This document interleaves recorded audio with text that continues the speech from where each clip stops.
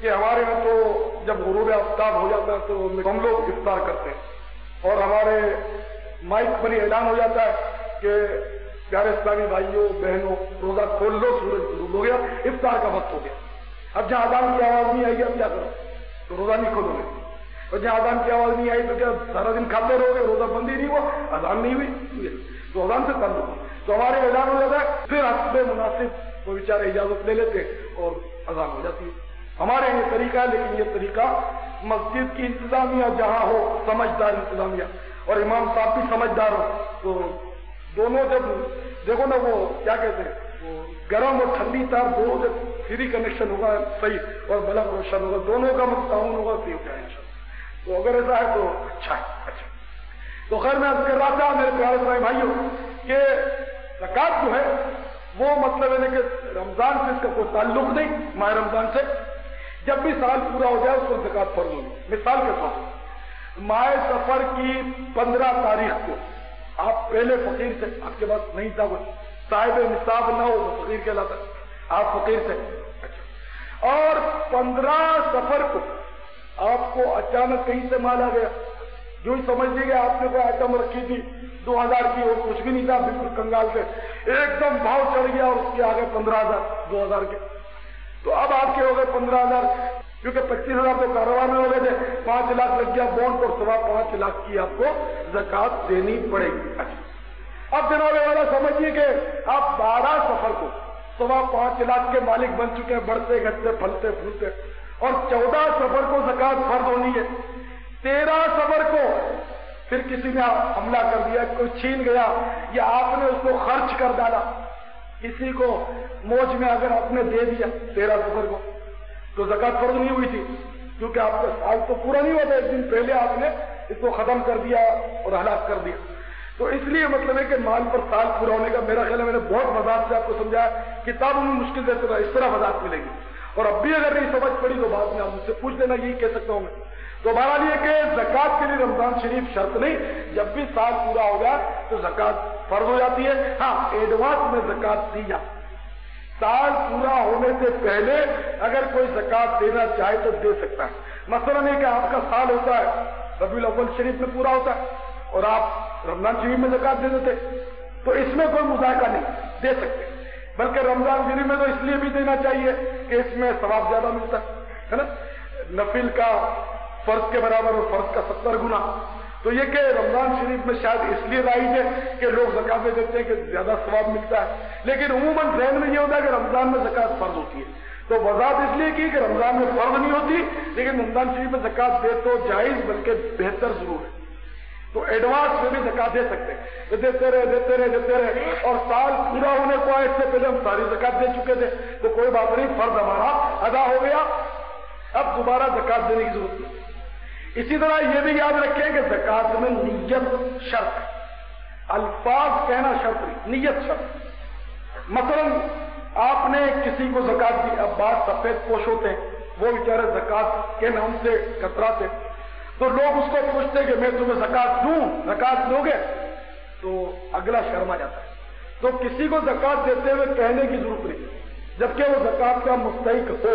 یہ بہت ضروری بات بتا رہا ہوں، اس کو بالکل جو صاحب زکوٰۃ ہے وہ یاد رکھیں کہ یہ کہنے کی ضرورت نہیں، پوچھنے کی ضرورت نہیں کہ تجھے زکوٰۃ دوں، بلکہ دل میں نیت ہو کہ میں اسے زکوٰۃ دے رہا ہوں۔ بلکہ اگر زکوٰۃ دیتے وقت بھی نیت نہیں تھی بالفرض، تو اس کے پاس آپ نے رقم دے دی، تو جب تک اس نے اس رقم کو ہلاک نہیں کیا، خرچ نہیں کر ڈالا، اس وقت تک بھی ہم اس کی نیت کر سکتے ہیں، جب تک ہمارا دیا ہوا زکوٰۃ کا مال ہے اس کے پاس محفوظ ہے، اس وقت بھی ہم نیت کر سکتے ہیں کہ یہ میں نے سے زکوٰۃ دی ہے۔ اب جو شرماتا ہے تو اس کو کہنے کی ضرورت نہیں، چاہے اس کو اب یہ کہہ دے کہ یار یہ لے عیدی، یہ لے خرچی، یہ تجھے تحفہ، ہدیہ، اس طرح مطلب بھی زکوٰۃ دی جا سکتی ہے، ہدیہ کہہ کر، عیدی کہہ کر، دل میں نیت زکوٰۃ ہو کہ اس کو بتائیں گے تو اس کا دل دکھے گا۔ دوبارہ یہ کہ زکوٰۃ اس کے مستحقین کو پہنچے، اس کا بڑا خیال رکھنا چاہیے۔ آج کل جو ہے عام طور پر یہ دھاڑے کے دھاڑے فقیروں کے اور گداگروں کے کراچی پر خاص کر کے ٹوٹ پڑتے ہیں، کافر کو تو زکوٰۃ دینے سے ہوگی ہی نہیں، اسی طرح ہاشمی